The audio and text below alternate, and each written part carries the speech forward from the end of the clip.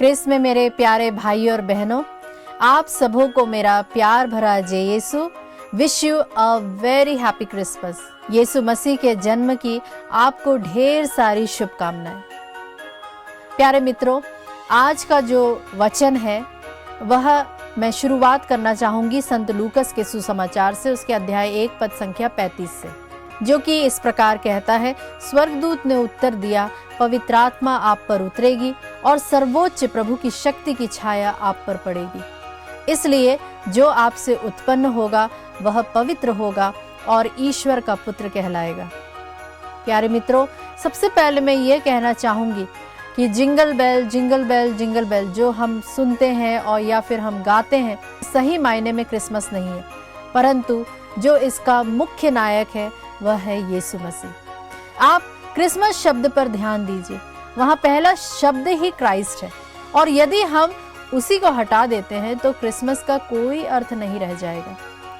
मैं कुछ बात करना चाहूंगी। जब हम क्रिसमस के दृश्य या यीशु के जन्म स्थान की कल्पना करते हैं तो सोचिए, यदि यीशु आज हमारे बीच होते और हमसे अगर वो पूछते कि क्रिसमस कैसे मनानी चाहिए, तो वो क्या कहते? मेरे विचार में वो ये कहते कि जब मैं खुद पैदा हुआ था तब क्रिसमस वास्तव में बहुत ही सरल था। जब मैं चरनी में पैदा हुआ था वहाँ कुछ भी भव्य नहीं था, ना ढोल नगाड़े, ना संगीत, ना केक, ना सजावट। हाँ, वहाँ बहुत अधिक गंध थी जहाँ पर मैं पैदा हुआ था, और संभव है कि यदि हम उस स्थान पर होते तो शायद नाक बंद करके अभी बैठे होते।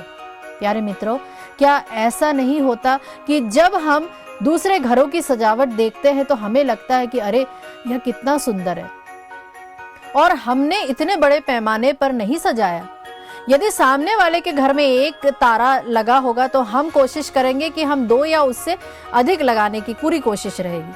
प्यारे मित्रों, यदि आपके पास उतने पैसे नहीं हैं या आपकी अपनी कई परेशानियां हैं और फिर भी आप छोटे पैमाने पर भी क्रिसमस मना पा रहे हैं, तो वह भी क्रिसमस है। प्यारे मित्रों, मैं यह नहीं कहती कि क्रिसमस पर हमें सजाना नहीं चाहिए, लेकिन यह भी ध्यान रखना है कि हम नाचते हैं, गाते हैं, लाइटिंग करते हैं और जितना हो सके उतना भव्य रूप से सेलिब्रेट करते हैं। परंतु इन सब के बीच हमें यह अवश्य याद रखना है कि हम किसके लिए क्रिसमस मना रहे हैं और क्या इन सब के केंद्र में वास्तव में यीशु है या नहीं। मेरे प्यारे भाइयों, मेरी प्यारी बहनों, जब हम कैरल्स गाते हैं तो वह यीशु के नाम की महिमा के लिए होना चाहिए। जब हम कोई भी एक्ट आउट करते हैं, ड्रामा या कोई भी प्रस्तुति देते हैं, तो वह भी यीशु की महिमा को और बढ़ाना चाहिए। होने दीजिए कि इस बार हमारा केंद्र लाइटिंग, बलून्स, केक, घर की सफाई, पेंटिंग और खाने पीने से बढ़कर यह हो, लोग हमारे माध्यम से उस यीशु को जानने पाए। Let us celebrate Jesus, not just Christmas. केवल चरनी में उसका जन्म ही क्रिसमस नहीं है, उसका हमारे दिलों में जन्म लेना ही सच्चा क्रिसमस है, सच्चा उत्सव है। मैं आप में से प्रत्येक को, जो मुझे इस समय देख रहे हैं, दिल से हैप्पी क्रिसमस कहना चाहती हूँ। आप सभी के और मेरे दिल में जन्मे यीशु का उत्सव हम योग्य रीति से मना पाएं। मैं आशा करती हूँ कि इन 25 दिनों की इस यात्रा में हमने बहुत सी बातें सीखी और हमने बहुत कुछ जाना, और बालक यीशु के लिए हमने एक सही, पवित्र और सुंदर गौशाला यानी कि अपने दिल को हमने तैयार किया। उम्मीद करती हूँ कि यह सफ़र यहाँ समाप्त नहीं होता, बल्कि यहाँ से हमारी सच्ची यात्रा शुरू होती है। आप सबों को आगे के दिनों की ढेर सारी शुभकामनाएं और नव वर्ष की हार्दिक मंगल कामनाएं। आज हम इस सुंदर कार्यक्रम मुंतजिर के अंतिम पड़ाव पर आ चुके हैं, जिसे हमने 1 दिसंबर को आरंभ किया था। इस 25 दिवसीय आध्यात्मिक यात्रा ने हमें प्रतीक्षा, तैयारी और प्रभु यीशु के आगमन की आशा में गहराई से हमें जोड़े रखा। प्यारे मित्रों, आज का जो सबसे सुंदर प्रतीक है वह हम लेंगे इम्मानुएल, जिसका अर्थ है ईश्वर हमारे साथ है।